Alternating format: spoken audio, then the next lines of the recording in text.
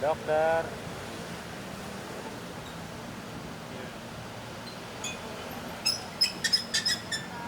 Dokter. Mau apa, Dok?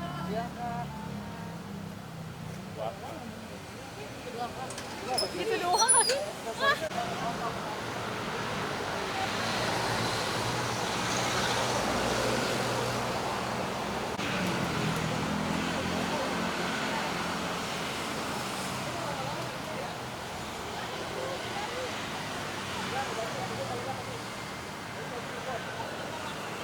Kak, Dok. Astagfirullah, dokter. Wah, mana nih?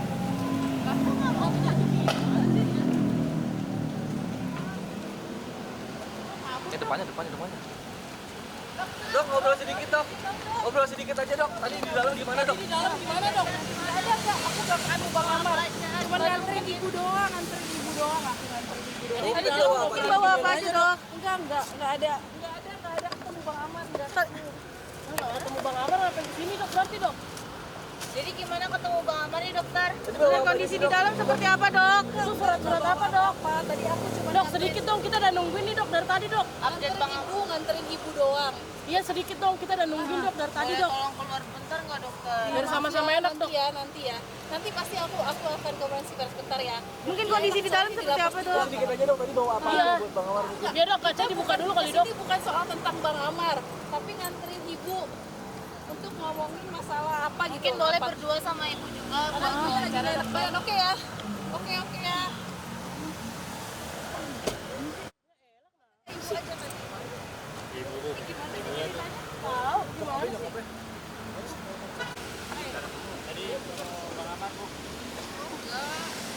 Jadi saya ini punya program untuk istilahnya itu kan sudah ada program-program di lapas itu memberikan dakwah dan konseling itu untuk penyalahgunaan narkotika. Jadi program ini kemarin tertunda harusnya di November karena saya itu sakit.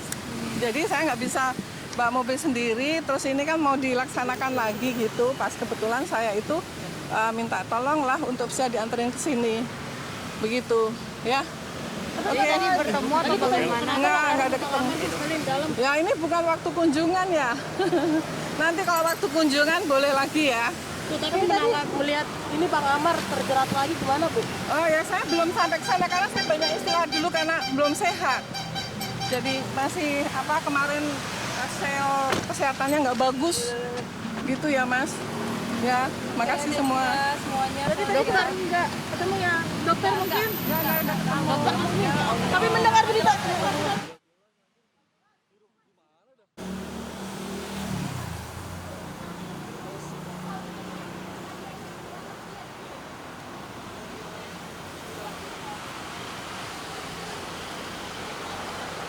Seperti apa? Bang Soya tadi sempat menjenguk Bang Amar juga di dalam. Mungkin bisa diceritakan kondisi beliau saat ini seperti apa? Oh, kalau hari ini sebenarnya kita nggak kunjungan sama Bang Amar karena emang dari lapas Cipinangnya itu tidak ada kunjungan karena lagi ada rapat intern gitu. Sebenarnya kita tadi ke sana tuh bukan kunjungan Bang Amar tapi nganterin ibu yang ada apa sih, Bu? Coba nanti ibu yang bisa program untuk konseling gitulah gitu. Karena ibu lagi nggak enak badan makanya temenin sama saya gitu. Jadi hari ini aku belum ketemu Bang Amar gitu. Tapi apalagi kan mendengar beberapa hari lalu yang kita ketahui bahwa Bang Amar sempat diduga terlibat dalam Terlibat lagi lah gitu. ibaratnya. Ini lagi ada acara apa ya? Oh enggak, cuman konferensi pers doang kok. Soalnya kalau ini kita harus dari Green Terrace ya. Oh gitu? Iya. Oh iya. Oke. Sebentar kok 10 menit doang, wawancara. Cuma. Masalah kita nyari bisa jadi kita bisa diizin dari Green Terrace ya. Ini sebentar aja kok. Iya. Ya nanti diizin aja dulu Mas, lagi diizin kok. Oke. Nah, oke, Kan udah ya. Beliau tersandung lagi Kak. Keempat kali atau gimana? Keempat kali. Itu kan baru praduga. Jadi nanti jangan ngambil asumsi dulu. Nanti kita lihat aja di persidangan gimana buktinya gitu aja. Saya kalau sekarang tuh belum bisa ngomong apa-apa kan karena emang kejadian itu udah lama dari bulan Januari gitu. Jadi ini kan masih praduga kan, jadi belum tentu juga Bang Amar bersalah. Jadi nanti yang membuktikan itu di fakta persidangan aja, nanti kita lihat. Tapi kalau boleh tahu terakhir kapan mungkin bertemu dengan Bang Amar, mungkin kapan sih, sebelumnya hari ini ya? Oh, aku terakhir ketemu Bang Amar tuh Rabu pas Bang Amar tuh dibawa di kejaksaan. Bang Amar ngabarin kalau beliau dibawa kejaksaan, ya saya langsung nyusul ke sana, itu terakhir ketemu. Ada ngobrol lah itu ya? Oh iya, pas di kejaksaan yang pasti aku sama Bang Amar shock banget karena saya pikir masalahnya udah selesai gitu. Itu kan masalahnya jauh sebelum Bang Amar dipindah ke Lapas Cipinang kan, itu di Rutan Salemba gitu. Jadi jangan salah nih, disangkanya kan beritanya simpasiornya nih baru-baru ini gitu. Itu berita dari bulan Januari dan dipikir saya dan Bang Amar itu udah selesai gitu. Jadi makanya ketika Bang Amar dibawa ke kejaksaan, terus terang aku sama Bang Amar shock banget gitu loh. Tapi keluarga udah tahu nggak, maksudnya ini kan tadi kita bilang kejadiannya itu ada di bulan Januari, keluarga udah tahu. Tahu, Januari itu keluarga udah tahu. Ada seseorang yang mengeluarkan statement ya, dia sudah mengangkat tangan dengan Amar ketika berita ini muncul lagi. Maksudnya mengangkat tangan? Ya, sebenarnya namanya Christopher, salah satu temannya Amar juga sempat, saya udah angkat tangan. Gini ya, kalau Chris Ryan, taunya saya Chris Ryan bukan Christopher. Chris Ryan itu kan taunya awal-awal pas Bang Amar masuk. Bang Amar masuk tuh taunya setahu saya 2023 Oktober ya. Tuh, saya juga kebetulan belum kenal Bang Amar. Tapi saya kenal Bang Amar dari Agustus 2024. Mungkin emang belum seintens sekarang, tapi dari Agustus 2024 saya, ibu dan adik-adiknya yang ngurus Chris Ryan tidak pernah muncul sama sekali dari bulan itu. Jadi ketika kejadian ini ya dia nggak tahu apa-apa gitu. Jadi makanya jangan buat statement apa-apa dulu sebelum yang tahu sebenarnya gitu loh. Tapi kayaknya mungkin kata Januari, tapi akhirnya munculnya muncul lagi ada penjelasan tersendiri nggak sih dari pihak kepada Bang Amar gitu? Nggak ada, karena makanya kalau ada pasti kita nggak shock dong gitu, karena kejadiannya di Januari itu kita pikir udah clear, Bang Amar juga udah dapat istilahnya tuh hukuman sesuai dengan SOP di rutan gitu kan, dengan selti 40 hari, terus tidak dapat remisi selama 2025, dapat liter F ya itu namanya, saya nggak ngerti. Nah, dan pihak keluarga juga sudah datang dengan pengacara juga saat itu gitu, jadi dipikir masalahnya selesai gitu, dan tidak ada peringatan-peringatan lagi atau apa sih pihak yang lain tuh menghubungi kita, nggak ada. Jadi tiba-tiba langsung naik aja kasusnya di kejaksaan. Nah, kita berdoa kalau misalnya dengan munculnya berita ini lagi, Amar Zoni kemungkinan akan dipindahkan ke Nusa Kambangan. Oh enggak, karena kan ini baru praduga loh, jangan sampai jadi fitnahnya kemana-mana gitu. Nanti coba lihat di fakta persidangan aja nanti apa yang terjadi gitu. Karena aku juga nggak bisa ngomongin sekarang gitu. Nanti biar pengacaranya Bang Amar kalau soal itu gitu. Kak, mungkin dari klarifikasi Amar sendiri, barang itu dia kan diduga sebagai pengepul, bukan pengedar ya, pengepul. Dari Amar sendiri seperti apa? Oh, saya tahu kok, karena kejadiannya saat itu saya sudah berhubungan sama Bang Amar, tapi emang belum seintens hubungan, benar-benar intens banget sampai yang sekarang ini. Tapi saya tahu bagaimana kejadiannya. Di situ saya juga datang ke situ gitu ya, saya pikir udah selesai, tapi untuk detailnya saya nggak akan ceritakan di sekarang, nanti buat fakta persidangan aja. Tapi memang benar dia terlibat atau Enggak. kayak kabarnya juga komunikasi dengan menggunakan handphone juga. Ini kan bisa dibilang kalau bisa dibilang juga ini sudah masuk ke ranah instansi juga. Kok bisa narkotika masuk? Nah, itu juga jadi pertanyaan buat saya gitu. Makanya selalu bilang nih, mungkin nanti ibu Titi sebagai ibu angkatnya Bang Amar pasti bisa menjelaskan bagaimana Bang Amar kan dari awal tuh, dari kasus kedua Ibu Titi yang ngurusin Bang Amar. Jadi lebih tahu bagaimana Bang Amar tuh kan kecanduan ya gitu. Bagaimana bisa jadi terlibat seperti atau bagaimana gitu. Nanti coba Ibu Titi yang ngejelasin. Mungkin bisa dijelasin. Ya. Jadi saya ini kan menjadi pengamat penggiat narkoba itu lama, dari 98. Kemudian saya kan memang keahliannya di bidang bimbingan dan konseling. Maka kalau penyalahgunaan narkotika itu tidak seperti orang sakit luka. Kulit luka dijahit mungkin dalam 3 bulan sembuh. Tetapi kalau penyalahgunaan narkotika itu ada suatu fungsi saraf yang rusak. karena obat yang dipakai, karena narkoba yang dipakai. Tergantung dari jenisnya apa dia sabu, apa dia ganja, apa happy five dan lainnya, itu akan berdampak kepada fungsi-fungsi saraf otaknya, terutama di logika, rasionalnya, emosionalnya. Maka ketika waktu kasus yang kedua saya ketemu dengan Amar, itu memang penyalahguna narkotika. Sebenarnya ini tidak hanya Amar saja, tetapi seluruh Indonesia. Kenapa jumlah penyalahguna narkotika itu terus meningkat ya? Dan juga serang di lapas itu juga jumlahnya sudah over. Karena mereka memang harusnya itu punya punya hak untuk direhabilitasi. Jadi kalau direhabilitasi itu akan ada suatu pemulihan, ada suatu kesembuhan kejiwaan. Karena kecanduan itu termasuk orang yang sakit, kejiwaannya yang sakit. Maka jalan satu-satunya ya harus direhab. Nah, dengan tadi saya datang ke lapas itu adalah memang sudah ada program yang sudah dibuat. Saya sebagai Ketua Ganas Anar MUI itu yang sudah melaksanakan di lapas itu adalah dakwah dan konseling bagi penyalahguna narkotika. Jadi kalau bagian yang pengedar, itu kami nggak memberantas gitu, tetapi memang konseling itulah, dan itu pengalaman saya dalam suatu penelitian bahwa konseling itu sangat membantu dari ketergantungan, dari ediknya. Nah, kalau di dalam undang-undang narkotika, rehabilitasi itu kan secara medis dan sosial.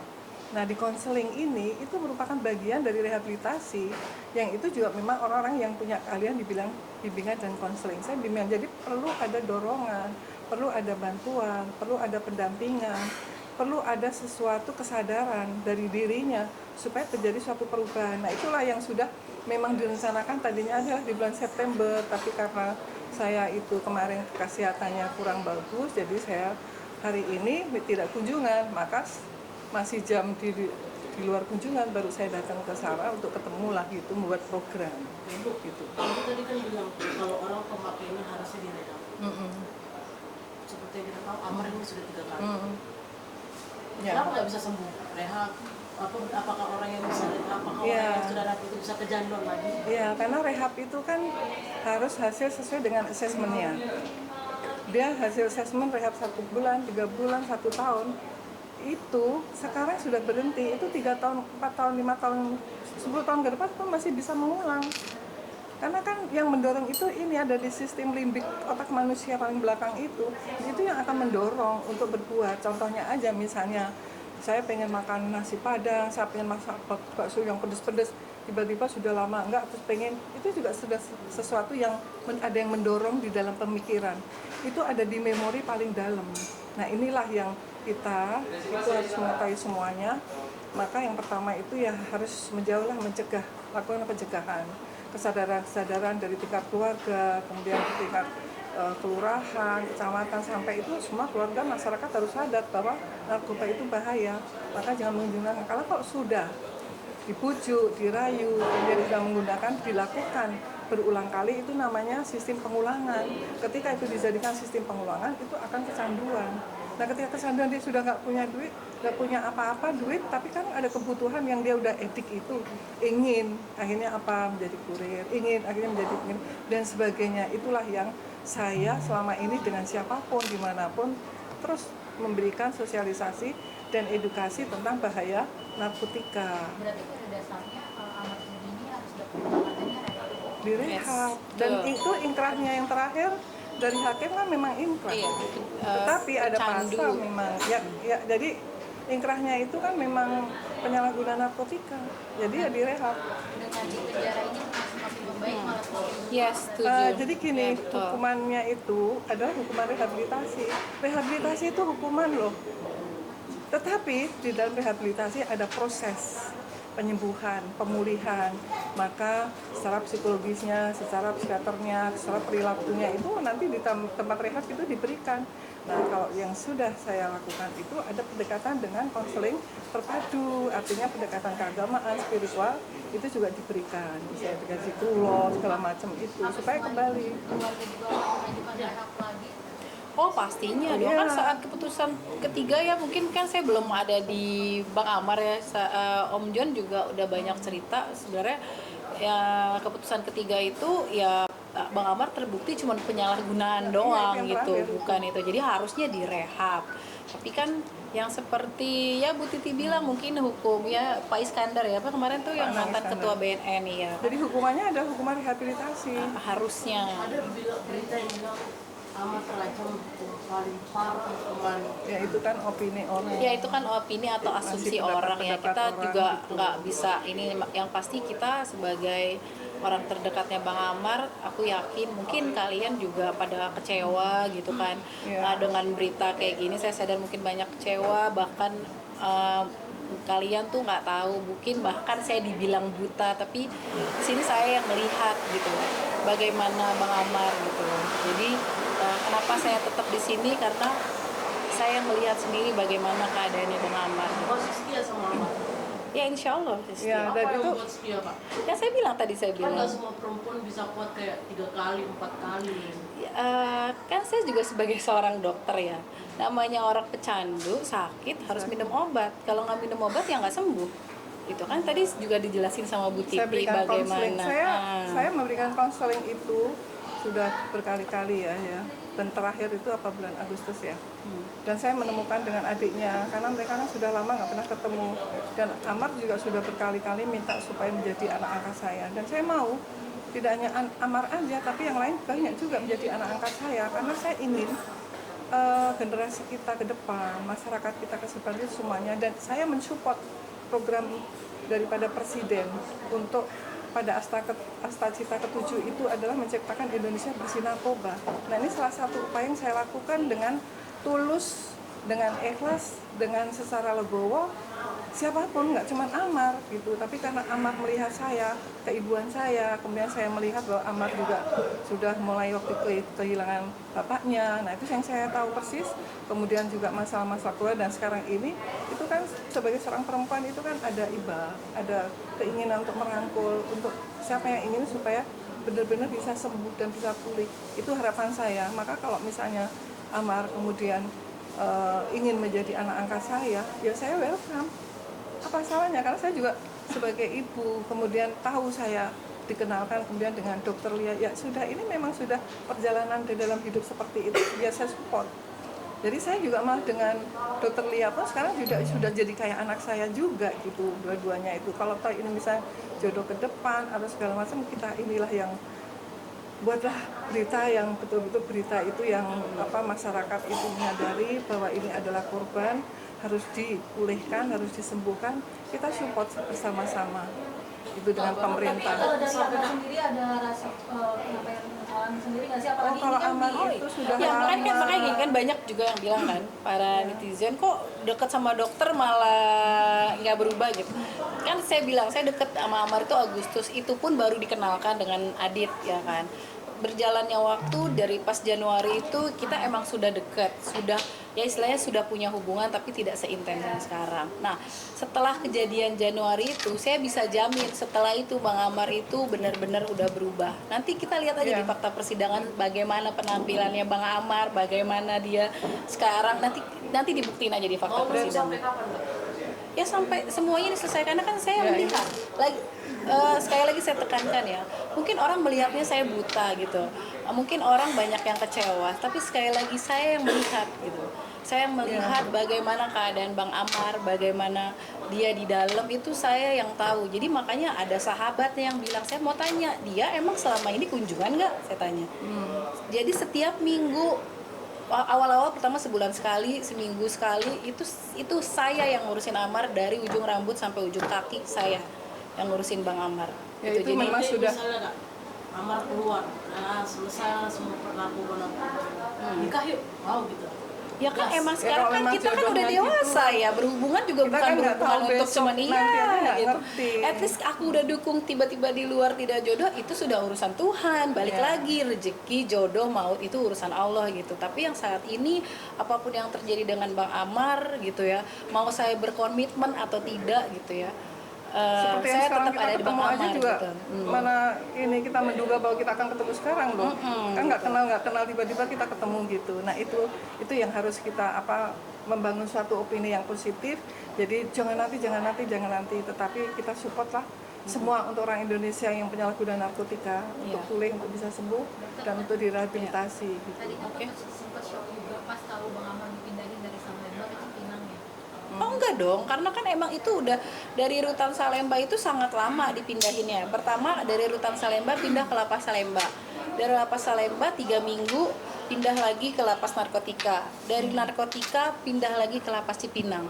Ya itu bukan karena dari kitanya, tapi kan emang prosedur instansi mereka gitu. Kita juga nggak bisa bicara apa-apa gitu. Tapi makanya jangan salah, kejadiannya itu bukan di lapas yang sekarang Bang Amar di sini gitu. Itu kejadiannya waktu di rutan. Dan ingat ya, di rutan Salemba pada saat Januari itu putusan Bang Amar kasasi itu belum ada. Jadi sebenarnya Bang Amar itu masih tahanan hakim atau jaksa. Lebih lanjutnya nanti tanya Om John sebagai pengacaranya lagi ya. Yang saya bisa jelaskan itu karena saya juga sudah konsultasi dengan Om John gitu.